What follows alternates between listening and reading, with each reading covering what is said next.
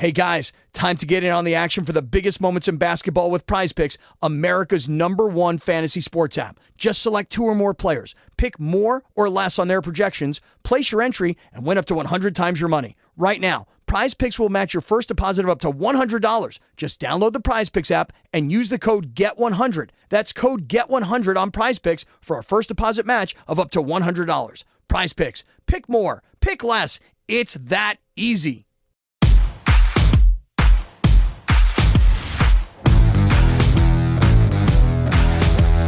Welcome to the Dogs Podcast with your hosts, Blake Reneker, Justin Charles, and Josh All. What's up, Browns fans? Welcome back to another episode of the Dogs Podcast presented by Omaha Steaks. Josh All alone with you guys today, and I just want to wish everybody happy NFL Draft Week. That's right, the NFL Draft kicks off this weekend, and I can't not wait for everything that's going to happen. It's such a fun weekend. Honestly, if you're a sports fan, like you really get into this kind of stuff, you know, there are some big key moments of the year. I mean, if we're looking at just NFL specifically, I mean, you've got the Hall of Fame game, which of course is never exciting. It always sucks, but it's the mark of the NFL season, and everybody just gets so hyped and excited to finally have NFL football back on the field. And then you've got your training camps of obviously everything boils down to week 1, the kickoff and everything like that. And then you get your trade deadline, and that stuff is so much fun to gear up for and go into all of that and all the news that happens around there. Obviously the playoffs, you get the Super Bowl, and you get free agency, I think, right before the NFL draft. And it's just one of those key moments of the year that is just so much fun to watch. And if you've been following the show, we've been doing a lot of draft prep this year, more than we've ever done before, really ironing out who the great draft prospects are for the Browns that we could be targeting at each specific pick in the draft in each round. And it's just a lot of fun. It gives us a lot of good insight as to what the Browns could potentially do and prepare us as fans for what we should honestly be expecting from the team Thursday, Friday, Saturday. Now, obviously, not a whole lot of expectations for Thursday. We don't have a first-round pick. This is the final year that we don't have a first-round pick, barring, you know, a trade for next year's first-round pick. The Browns have shown in the past they've got no problem parting with draft picks in order to bring in proven players and other capital. So what I want to do today, Andrew Berry gave press conference last week, and he talked a lot about the draft, a lot of NFL draft questions given to him, and his answers, his responses were very insightful.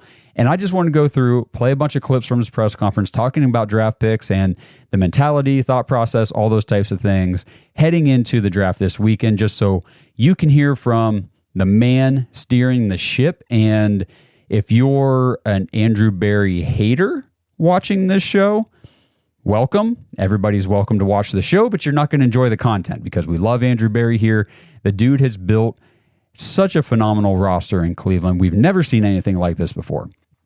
In my lifetime, I can tell you right now, I have never gone into an NFL draft before the Andrew Berry era in Cleveland, where the Browns literally need 0 draft picks to have a final 53-man roster if the season started tomorrow. If tomorrow was roster cut down day and you had to finalize your 53-man roster for the season, the Browns would be good to go. And that's crazy. That kind of stuff does not happen, but that's what good teams do. And I know for a lot of fans, it's a lot of the toxic fans online for sure, they are still not mentally prepared for the Cleveland Browns to be doing things that good NFL teams do. The fact is, we are. And it's so much fun, and we're going to enjoy every freaking second of it. So let's kind of move in here. We will look at Andrew Berry's responses. And again, he had some questions in there about Deshaun Watson, Nick Chubb, the rehab progress, some things like that, a couple other questions that we're not going to dive into on this episode. Maybe we'll get into that at a later point. Today, I really just want to focus on draft talk because, again, we're only a few days away. And before I dive into the Andrew Berry stuff, guys, we are doing live coverage of day 2 on Friday night at 7 o'clock p.m. Eastern Standard Time on YouTube. So make sure if you guys are watching the NFL draft at home and you don't want to listen to the BS mainstream media talk about whatever. Tune into our show. We will be recapping everything that happened on Thursday night. We will talk about all the first round moves, the draft picks that were made, the trades, everything that goes down, because there is always crazy things that happen, especially in the first round. We will talk about all of that, and we will be leading everybody up to the Browns' first pick at 54. If they keep it, we'll talk about that. And pick 85 in the third round. So we've got everything going on that night. Kenny Max in studio, DF Sports in studio, Devontae Travis in studio, along with the dogs. It is going to be a ton of fun coverage on YouTube. So make sure, if you are on YouTube, please subscribe to the channel, tap the notification bell, and like this video too while you're at it. But you don't want to miss when we've got anything new coming out and going live. That way you get alerted, and again, you don't miss it. And one last thing, if you're listening on audio, Apple Podcasts, please scroll down to the bottom of the page. Drop us a 5-star review. It's just a quick, easy, no cost to you way to help support the show and help get our show in front of more Browns fans like you guys. We really appreciate that.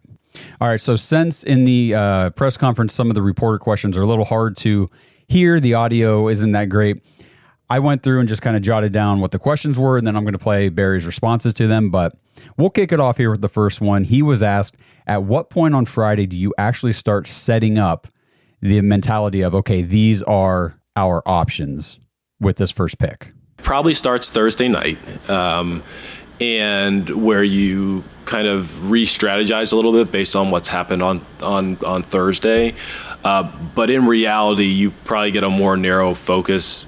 Zach, maybe 10 picks out, because that's when really players become, I guess, more in striking distance, so to speak. So there you see Barry's, answering the question with, obviously we're watching Thursday night. We're paying attention to which players are falling, which players are slipping, but he quickly goes to realistically, it's about 10 picks out. So when we get to around picks 50, we'll just, not 50, sorry, we'll say 42, 43, 44, something like that, especially Friday night when we're detailing the draft. That's when we're really going to start honing in and focusing on what the Browns might be doing based on who's available. Because with Andrew Berry talking about that, it does not seem likely. Now, again, this doesn't mean there's a 100% guarantee it's not going to happen, but it just doesn't seem likely that the Browns are going to move up, if they move up, too far to get a guy. So when he's talking about 10 picks out, that could be 15. Who knows? If there's a guy that falls out of the first round into the mid-second round, the Browns are like, guys, we have to have this player, they'll make it happen, or at least they'll try. They'll try to get a deal to move up to grab their guy.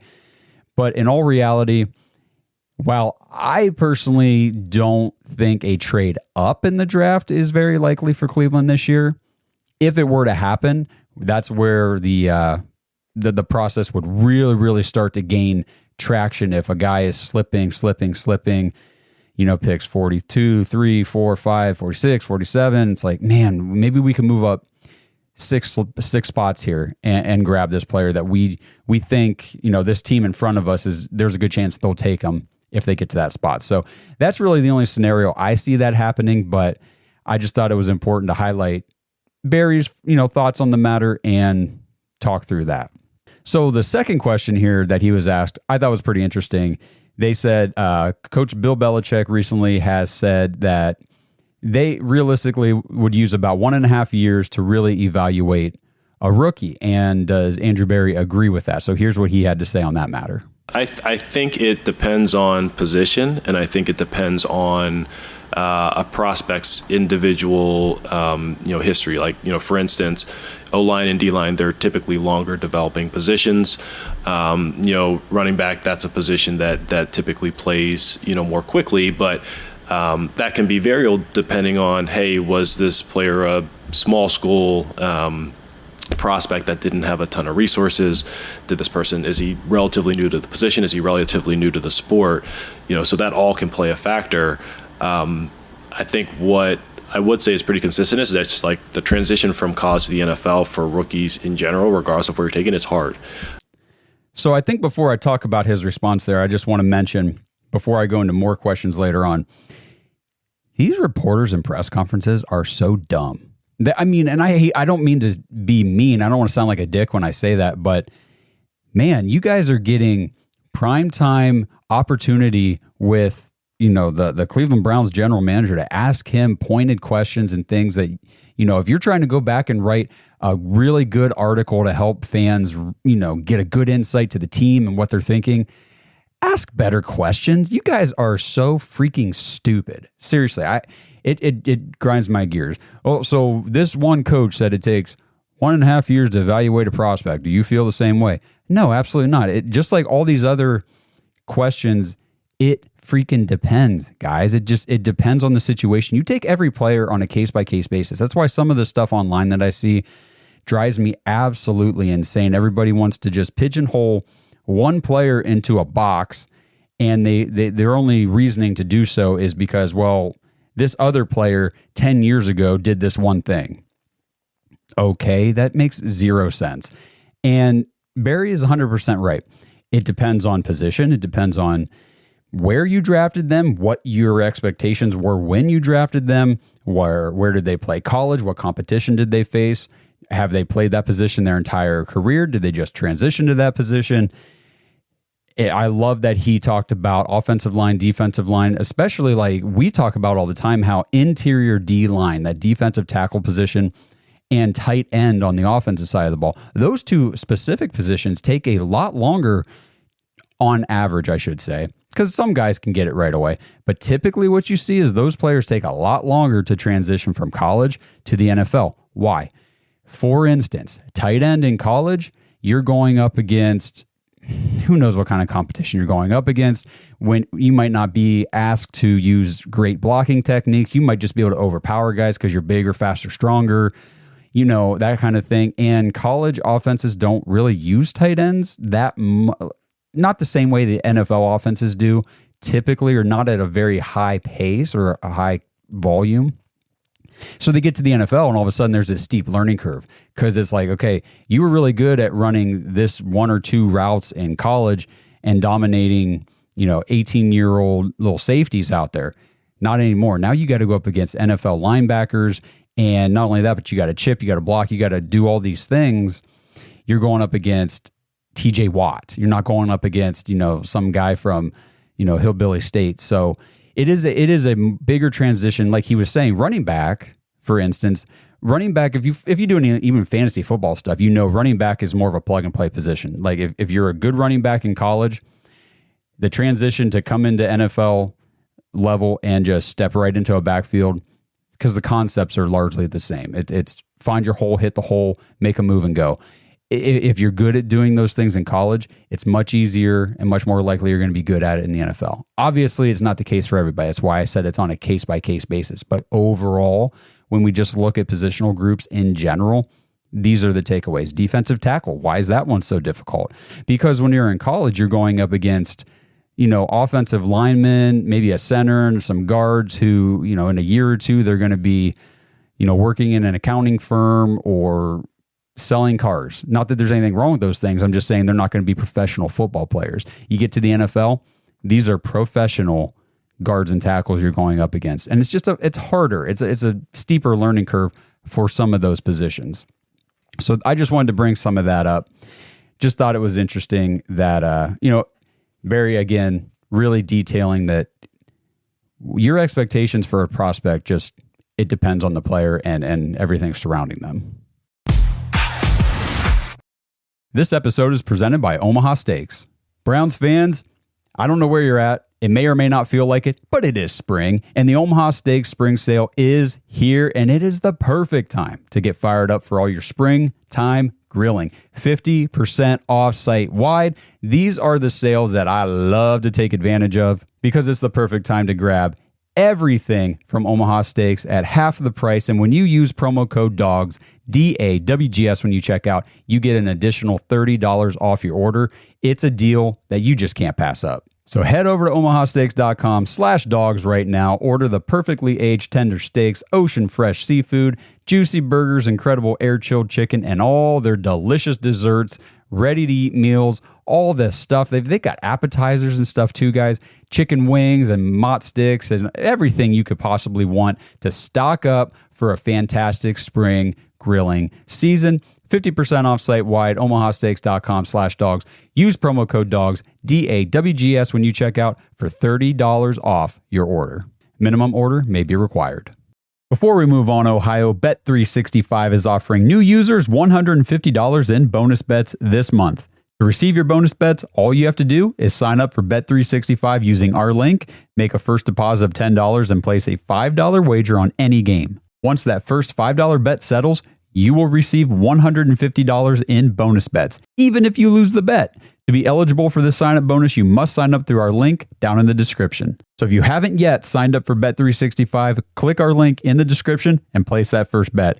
This offer is only available for new customers who are 21 and older and physically present in Ohio. Please gamble responsibly. If you or a loved one has a gambling problem, call 1-800-GAMBLER. Check the episode description for the full terms to see if you can qualify.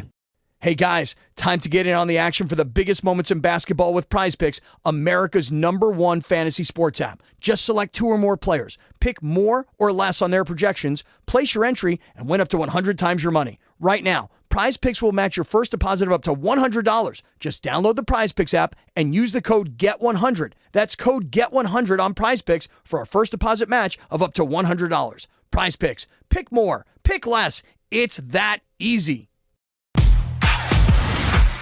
So after that, Andrew Berry just kind of continued his conversation on that last question asked and just talked about the mindset of building the roster and the expectation of rookies overall, just not even specific groups or anything, just overall. And I thought what he said here was very interesting. Take a listen. I think it was something like maybe 32% of rookies play an average of 17 snaps a game, and that's before you even get to the quality of snaps that they're playing. So it's very rare that a young player comes right out of the chute and produces like a starter, which is why we prefer to be in a roster state where if we bring a young player aboard, they can develop into a role and then ultimately develop into a starter as opposed to being pressed into that from day one. So that just goes back to what I was saying right at the beginning of the episode. The Browns have a roster build mentality. It's not like we just lucked into this, okay? The front office does everything so well calculated and so intentional.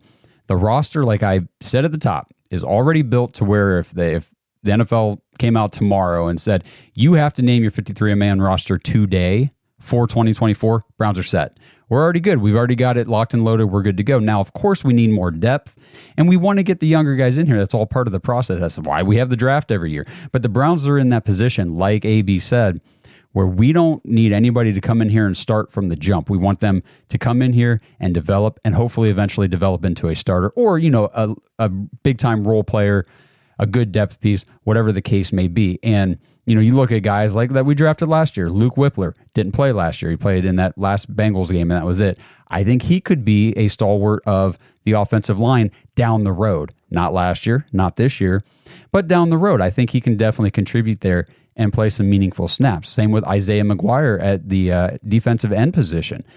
Again, last year, didn't play, didn't need him. He was buried on the depth chart, but it doesn't mean he's not good. It just means he didn't have the opportunities, which is okay for a rookie. Come in, develop, learn, and then when we bring you in, you're ready to make an impact. We saw that with Alex Wright last year. His rookie season in 2022, I don't remember the snap count, but it was pretty low. He did not hardly play. And moving into last year, Alex Wright had a sneaky good, a very quietly good season when you go back and you look at what he actually did on the field, what he contributed. But obviously it was overshadowed by Myles Garrett and Zadarius Smith and Tomlinson and all these other guys on the D-line. Alex Wright's moving from, a mid-round rookie pick in his first year to a rotational player in his second year. Well, the next step, if he continues to develop, would be starter. And that's exactly what the Browns are trying to do. So I just love the philosophy, and I love the way they're executing it. So the next question for Barry was from one of my favorite people in the world. That's Mr. Tony Grossi, and that's a whole lot of sarcasm. But Tony asked if Andrew Barry knows whether he'll use the second-round pick or if he'll trade down. And then Andrew Barry, after that, gets asked if he misses not having a first-round pick, which there's a whole lot of first-round pick conversation that we're going to have here because there was a lot of questions about this stuff. So let's kick it off with the first one about whether or not AB is going to use the second-round pick or trade down. It really just depends on how the board falls. If I'm being truthful, Tony. So I'm not sure as we sit here today, but we'll see if we can break the trend of making it 3 years in a row without a second round pick. Not having a first round pick? Look, you want as many high picks as possible. I wouldn't say that I miss it on like Thursday or Friday night. I'm probably more focused on the players we can acquire. And they're not necessarily the end all be all. They're a great resource to have, but how you can deploy them can be in a variety of ways. So again, what a just stupendous, stellar, very good question for Tony Grossi there. You guys represent the media so well in Cleveland. Are you going to use your second round pick, or do you plan to move back or move up or whatever he asked? And Barry's like, dude, it just depends on who's on the board. I mean, I don't understand the point in doing this exercise if we're just going to ask layup, fluff, obviously answered questions. Like, no shit, that's exactly what... Yes, it matters how the board falls. I mean, if, like I talked about earlier, if a guy falls into that 45-ish range in the second round and the Browns are sitting there saying, we had a first-round grade on this guy and he's still here, we have got to go up and get him right now because he's not going to come all the way to us at 54. But this is one point I wanted to make with you guys is if you haven't done any draft prep or, you really haven't followed the show too much when we talk about prospects or whatever, this is what I want everybody to understand. And if you have, drop in the comments and just tell me, do you agree with this?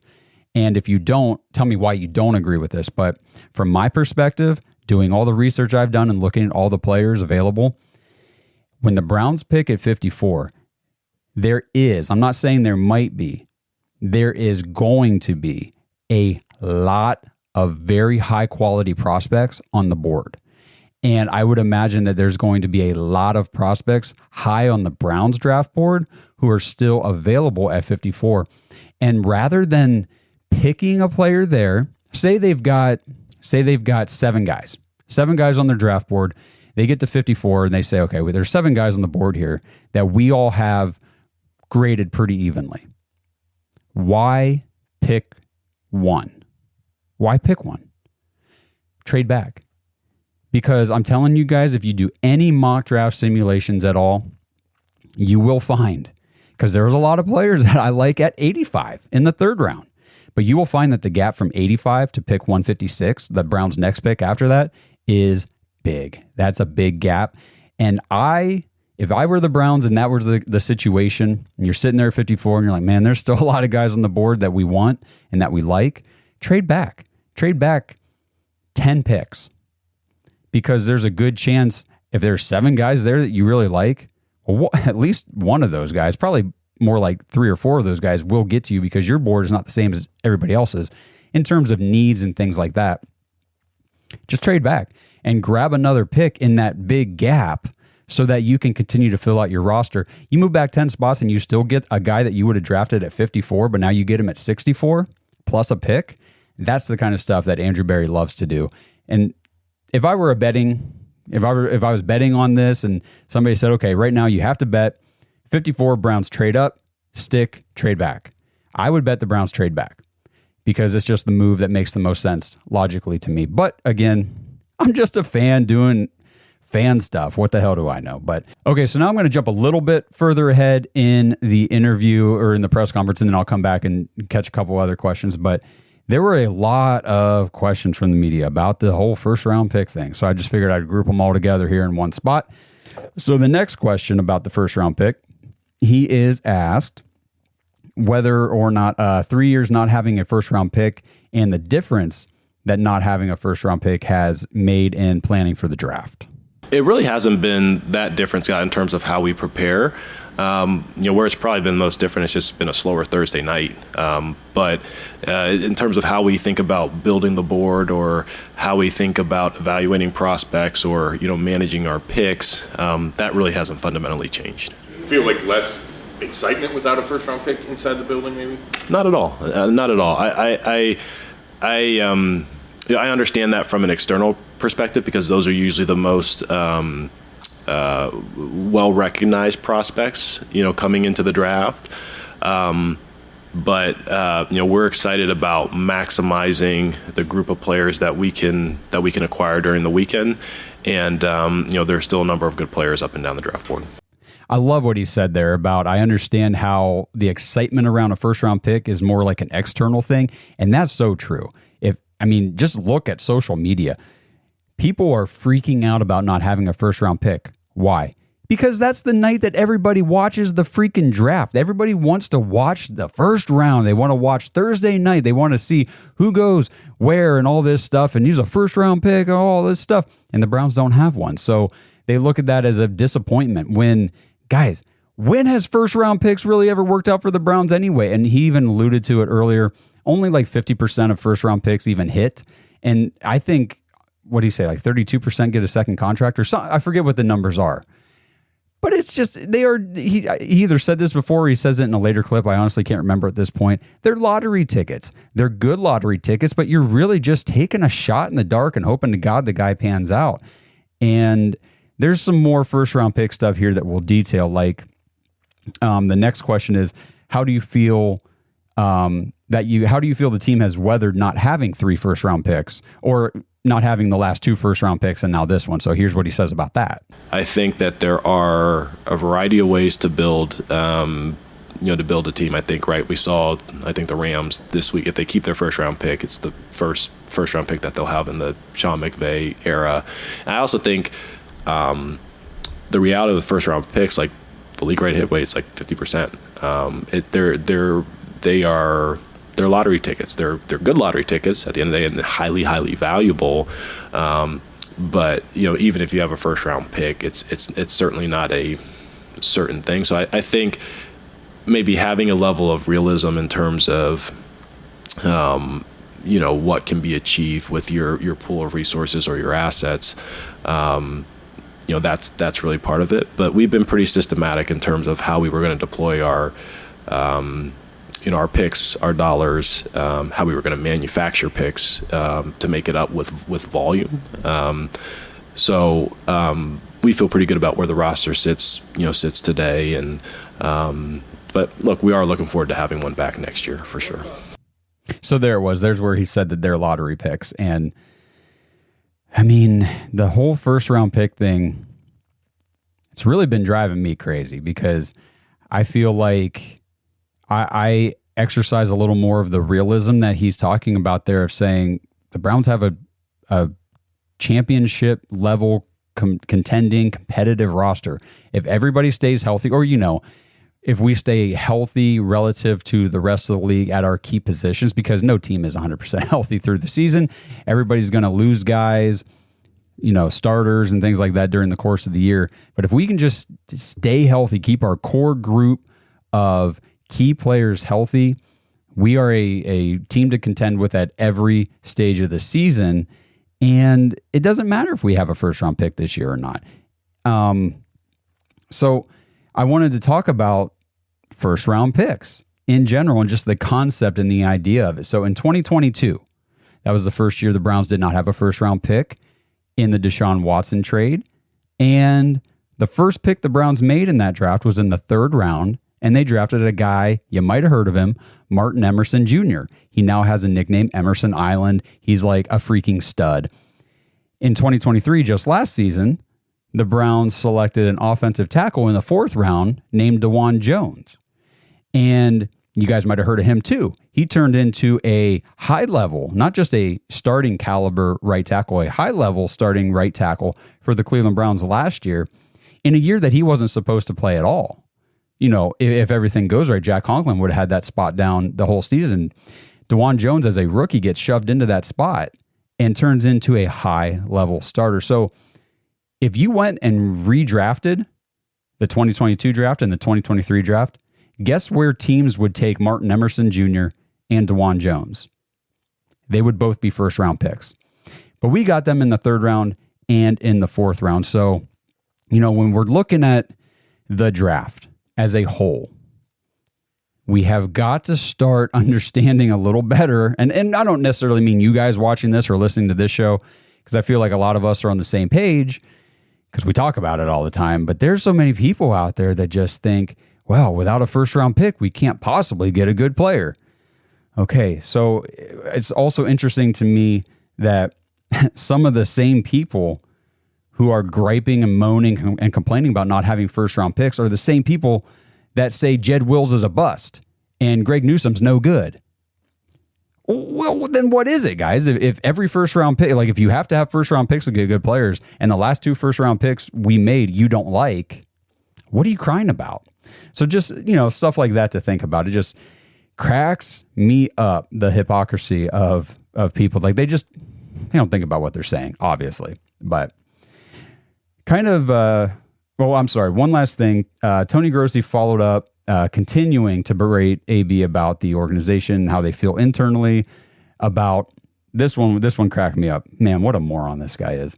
So he was basically asking, how do you internally feel about the gap between the young players on your team and not having any of those young players having been selected in the first round in the last 2 drafts? So here's how Barry answers that one. Yeah, I think, Tony, it's probably less about where you select them and how they perform.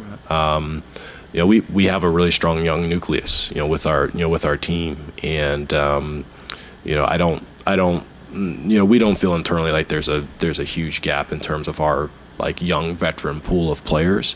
If anything, the question becomes, okay, how do we retain as many of these guys as possible as we get into a phase where they're going to get in their mid-20s and be eligible for second deals.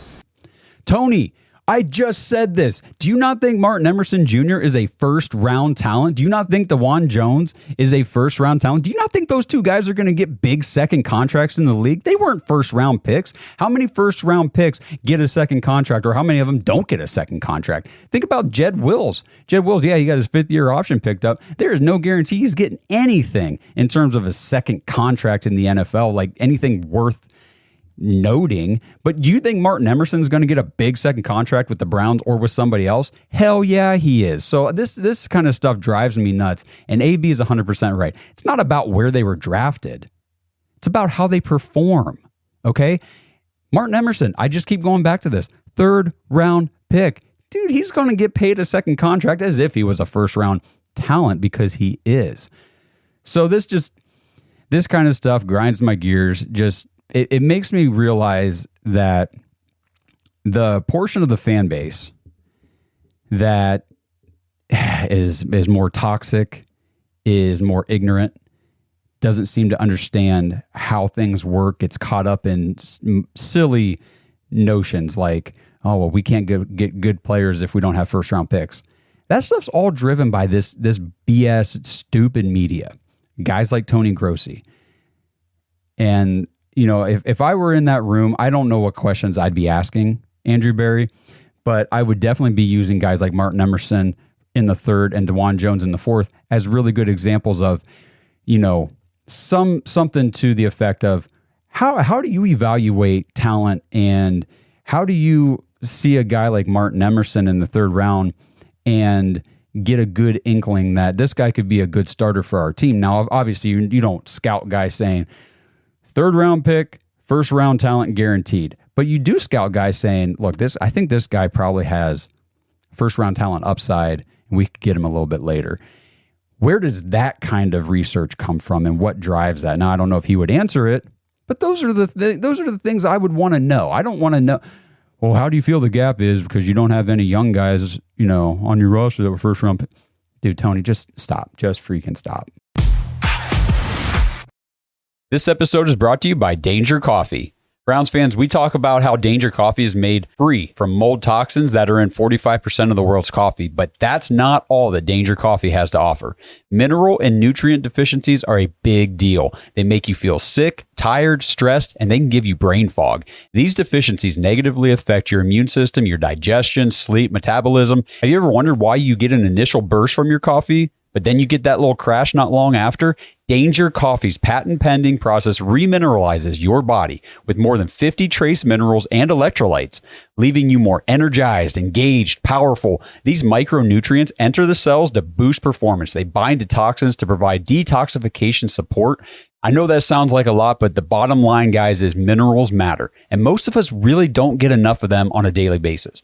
Danger Coffee delivers micronutrients. Plus, it gives you access to the minerals you already have. Head to dangercoffee.com, use our code DAWGS, DAWGS, for 10% off your order. And that code can be used over and over. So you get 10% off every order you make using code DAWGS. It's time to start every day off with a cup of coffee that gets you going and actually keeps you going. dangercoffee.com, code DAWGS. So speaking about young guys who were first-round picks on the team, and I just mentioned him, Greg Newsome, Andrew Berry was asked about anything new on Greg Newsome and picking up his extension. Nothing new on that. I want as many good corners as possible, Tony. We have... going back to my point about the league playing in 11 personnel, I always... Your base offense and defense is really more 3 receivers and 3 corners in this day and age. So that's really how we think about it. Like, even though we're technically a 4-3, how many snaps will you realistically see us play in base? Not very many over the course of the season. So corner is a premium position. We have 3 guys who can play press man coverage at a very, very, very high level. That's not a skill set that I'm looking to give away. So we talked about this probably 2 months ago, talking about will the Browns pick up Greg Newsome's 5th-year option. Pretty sure we said don't expect any sort of answer on that until after the draft. And here we are, like 5 days away from the draft being pretty much over, and it hasn't been picked up yet. Again, corner, like Barry said, premium position. Greg Newsome, despite what you might think about the guy, based on 1 or 2 games or 3 or 4 plays in a single game, Greg Newsome is a damn good cornerback. We've talked about this before. He would be the number 1 cornerback on probably more than half the teams in the NFL, or close to. The only reason he's not in Cleveland is because we have Denzel Ward and we have Martin Emerson. We have, like he said, a great, probably the best trio of cornerbacks in the league. Now, they grabbed Cam Mitchell last year, and he looked decent in limited time, so we'll see how he develops going into year 2. I firmly expect Andrew Berry to draft a cornerback at some point in the draft this weekend. So be on the lookout for that, and it just really depends on, one, where they draft the guy and what sort of player the prospect is at the position. Because if it's a later guy from maybe a smaller school, maybe he didn't have quite as much competition, maybe he's definitely more raw, Greg Newsome's probably getting his contract picked up on Sunday. Or something, you know what I'm saying? Like, it's going to happen. Now, if they draft a guy early and he's from a high-profile school, he had great stats, maybe he's just got a couple things to work on, well, that gives him a little more flexibility to do some things with Greg Newsome, but it just really all depends how they continue to build the depth there, because as it stands now, we absolutely need Greg Newsome. We can't let him go. We got to have him. So it'll be interesting, see what the Browns do this weekend, but again, definitely expecting the Browns to go cornerback at some point this weekend. All right, so this next question, the reporter says the roster depth is the best it's probably been since you've been here, and there's not a lot of room for rookies to contribute right away. So how do you kind of balance that out when you're building the roster and going through the draft? And here's how Barry answered that one. I don't think any of us anticipated going to the season and we would be down, 3 tackles, Nick Chubb and Deshaun Watson for most of the year. That we would lose, Grant Delpit and Juan Thornhill and Rodney Cloud, late in the season.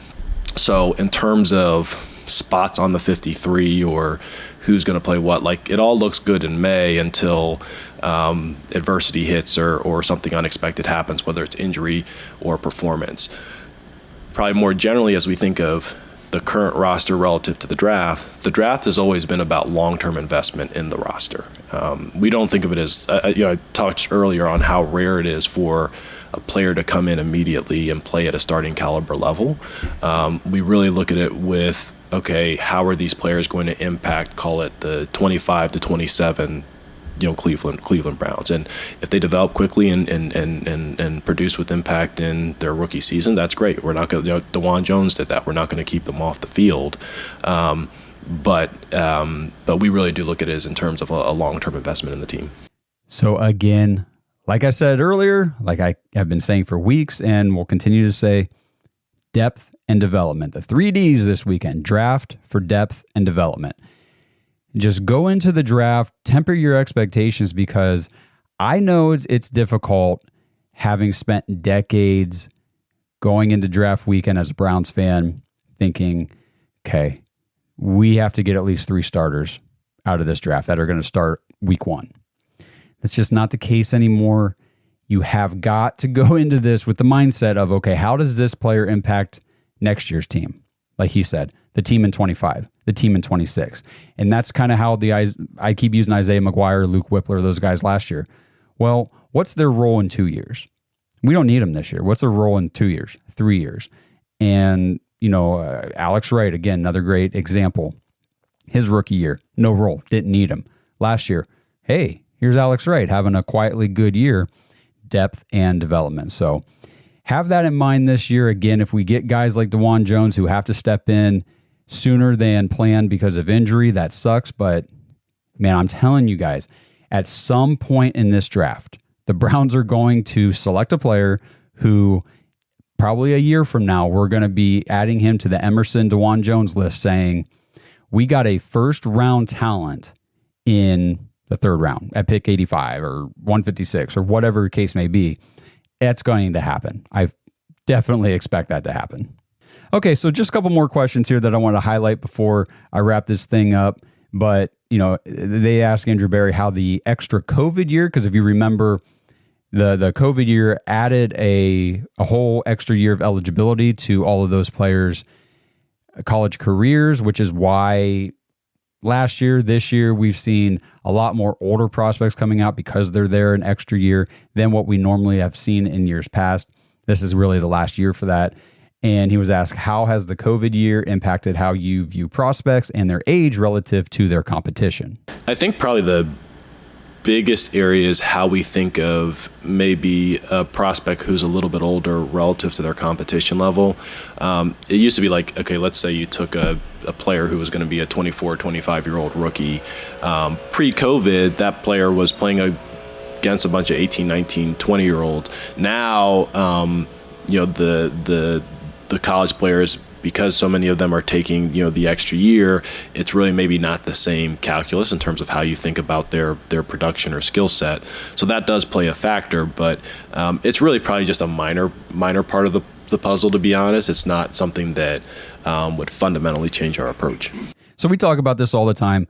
Older prospects, while, might have really good senior seasons and things like that, but if you're a 23 going on 24-year-old college player and you're dominating 18, 19-year-olds who are just out of high school and all that kind of stuff, teams do detract away from that, because a key position, I'll just use as an example, if I can get my tongue untied, wide receiver. You hear about wide receiver breakout age all the time. Breakout age is important because if a wide receiver has what they call the breakout age, and I forget all the measurements to determine a breakout age. It's a certain number or percentage of targets and touchdowns and score, all that kind of stuff, yards. But like if you hit that at age 19, it's a pretty good young breakout age, because you're going against cornerbacks and defenders on the opposing teams who are maybe 18 or 19, but maybe they're the older guys too, like 23, 22 years old. So you're dominating your competition at an earlier age. Whereas if you're a 23-year-old breakout, well, you dominate a younger competition. So there's definitely a couple question marks that throws up a red flag. So you hear Barry there say, yeah, we kind of consider that a little more right now, but at the end of the day, not a whole lot of change in how we view that sort of, the standard they have. And I think we saw that last year, where we've seen in years past, Andrew Berry, we talk about all the time, he likes them young guys. He likes the 21-year-old guys. The 22 is probably the oldest he really likes to draft, because, again, when you're drafting depth and development, you don't want, your guy to be developing and, okay, he's ready to contribute and he's 27 years old. Well, that's not good. He's probably not that great of a player. I want my guy to be, all right, you have been depth, you have developed, and you are now ready to contribute, and you are 24. That's where the Browns like to be.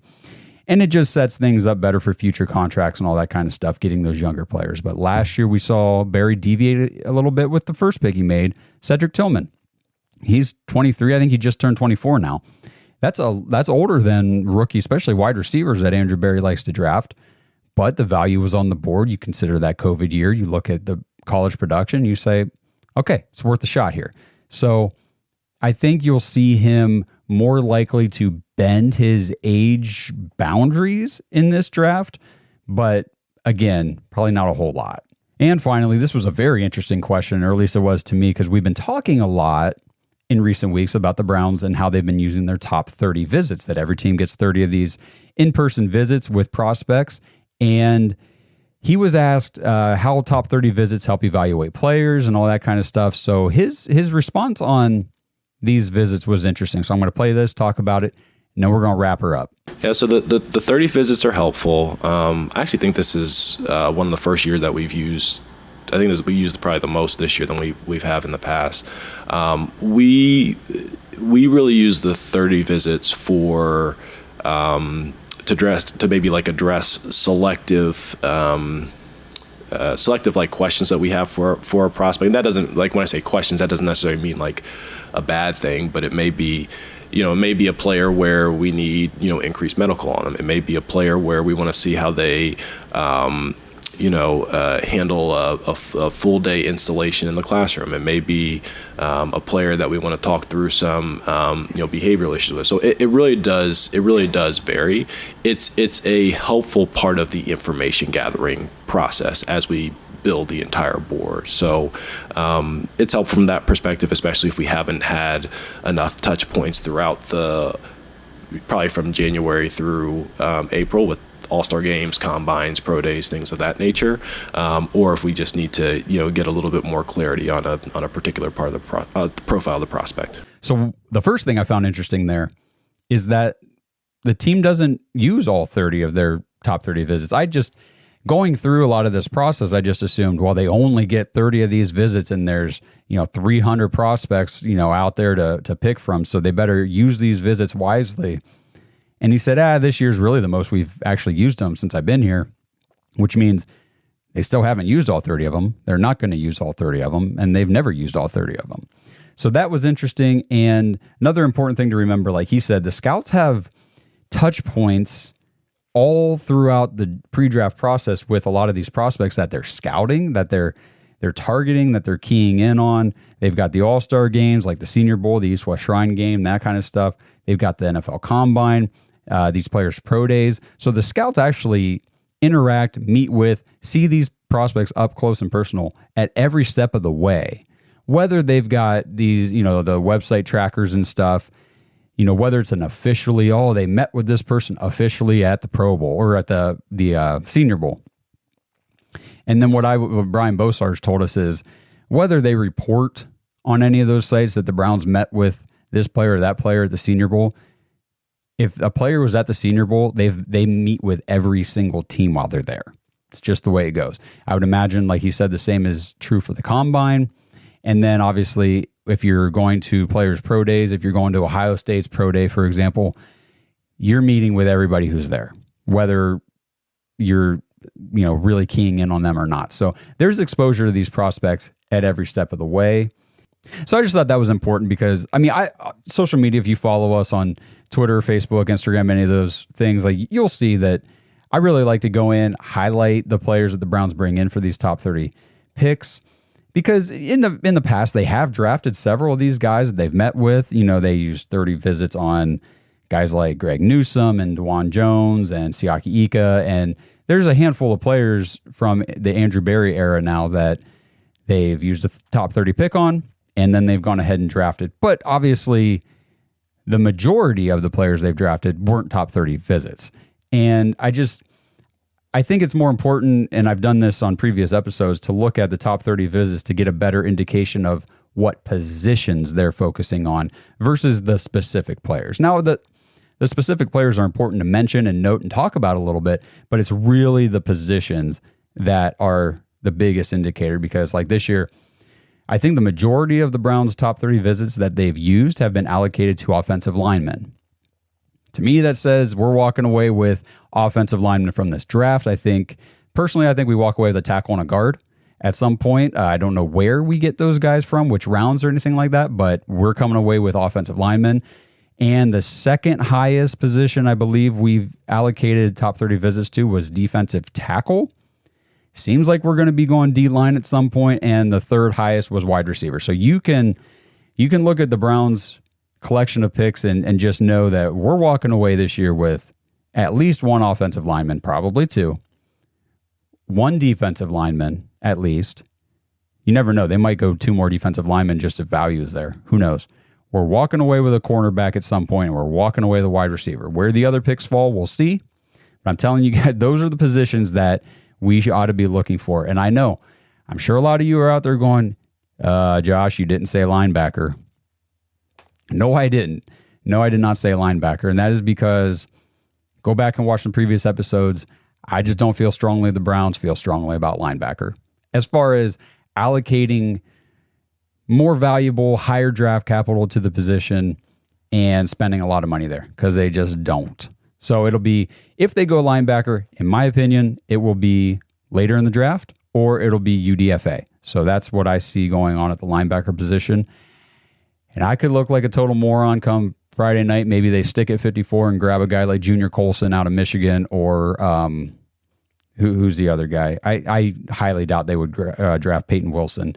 He's like 24 and coming off two back-to-back season-ending knee injuries or something. I don't think he's on the board for the Browns. Edgerrin Cooper, maybe, but he's not an inside linebacker type guy. Trevin Wallace, maybe, from Kentucky. I just don't see it happening. Doesn't mean it won't, doesn't mean it can't, but that's just not my expectation. So drop in the comments. I want to know what you guys are feeling, thinking, gearing up for this week as we head into the draft. It's going to be a lot of fun. I want to know your predictions for like the first round. Talk to me about some crazy, I'm going to use some words here. Talk to me about some crazy fucking shit you guys think is going to happen. Seriously, I want to know. I want to, like, first round stuff, because we're going to talk about it Friday night on the live show. Hope you guys join us, jump in the chat. Just chop it up with us, but let me know ahead of time. Put it in the comments, and we'll read some of this stuff maybe on Friday night and just see whose predictions were accurate. I mean, did you guys call this crazy trade? Is T. Higgins getting moved? Is Brandon Ayuk getting moved? Or is A.J. Brown going to the New England Patriots? Like, there are some things, some rumors going around, and obviously if there's one crazy trade in the first round involving like a stud wide receiver like that, that's pretty cool. Some years we get like two or three. You never know. But talk to me. Drop some predictions, some bold takes, some hot takes and stuff in the comments, and let me know what you guys think the Browns are going to do in this draft at any point, or stuff you want them to do, players you want them to pick. I want to hear from everybody. So I appreciate you guys tuning in. Again, like the video on YouTube, subscribe to the channel, continue to help push us to 10,000 subscribers. We're getting closer and closer every day. Couldn't do it without you guys. Best audience in the world. Love everybody who follows the show, whether we all agree on everything or not. And honestly, it's more fun when we don't, because that's how we get a good diversified viewpoint on everything going on. Because at the end of the day, we all have the same goal. We want the Cleveland Browns to win football games. We want the Cleveland Browns to be good, fun, competitive, and enjoy watching them. And we want to win a damn Super Bowl. And if that's not your goal, if your goal and main focus is not wanting to see this entire team succeed, then fuck yeah. Okay, I told you guys I was going to use a little bit of words here. So again, thank you. Appreciate you guys. See you later in the week. And let's freaking go Cleveland Browns. Thanks for listening to another episode of the Dogs Podcast. Make sure you subscribe on YouTube and follow us on Twitter at the Dogs Podcast. Get your thoughts on the show at thedogspodcast.com.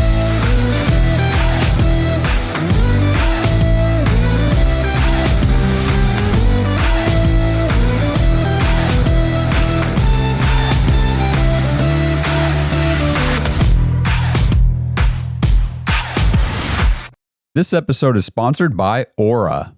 Browns fans, your online data and identity are way too precious to be left just hanging out there in the open for these data stealing thugs to come after it, take it, and sell it to whoever they want. Scammers and spammers are just capitalizing on all of your data being sold. And I'm telling you right now, you don't even realize it because I didn't realize it. Head over to Aura, AURA.com/dogs, DAWGS. Get a 14-day free trial. This is what I did. Create your account, and then you can run your data check, a free data check, and it will tell you how many data brokers are selling your information on the dark web and in different areas of the internet. And then Aura starts working immediately to remove your information from those places. I kept thinking I was good online, I was fine, I wasn't doing anything crazy with my information. I was being cautious while I was shopping online, all those things. And still, when I ran my check, I had 14 data brokers identified selling my information, and Aura immediately started taking my name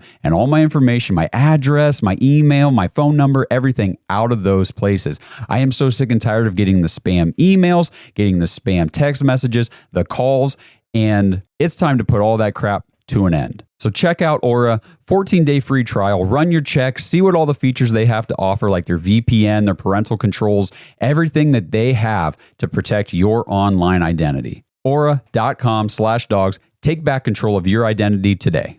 Hey guys, time to get in on the action for the biggest moments in basketball with Prize Picks, America's #1 fantasy sports app. Just select 2 or more players, pick more or less on their projections, place your entry, and win up to 100 times your money. Right now, Prize Picks will match your first deposit of up to $100. Just download the Prize Picks app and use the code GET100. That's code GET100 on Prize Picks for a first deposit match of up to $100. Prize Picks. Pick more. Pick less. It's that easy.